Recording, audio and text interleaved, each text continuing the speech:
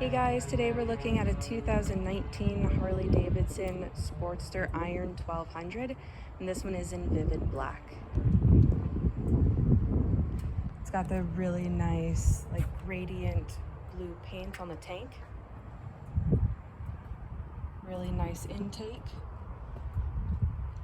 We have Viking saddlebags. They are structured and hard mounted, and they lock, which is a really nice feature.